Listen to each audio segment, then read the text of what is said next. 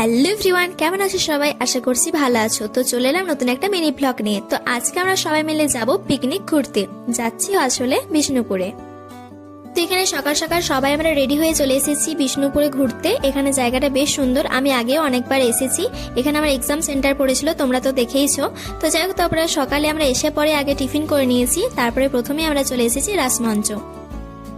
তো কারা কারা এসেছো বিষ্ণুপুর ঘুরতে অবশ্যই কিন্তু কমেন্ট করে জানিও। আমি ফার্স্ট এসেছিলাম 2016-তে, তখন আমি ক্লাস 6-এ পড়ি। তারপর এসেছিলাম এক্সাম দিয়ে, তোমরা তো জানোই। তো যাই হোক, এখন ভালোভাবে এক্সপ্লোর করে দেখে নিচ্ছি। আমাদের কম্পিউটার সেন্টার থেকে আমরা এসেছি সবাই মিলে। তো তারপরে আমরা রাসমঞ্চ থেকে চলে গেলাম শ্যামরায় মন্দির।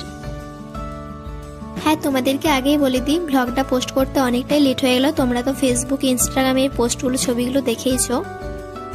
তো যাই হোক, বাকি মন্দিরগুলো তোমাদেরকে পার্টে পার্টে শেয়ার করব। তো চলো, দেখা হচ্ছে নেক্সট পার্টে। সবাই খুব ভালো থেকো, টাটা।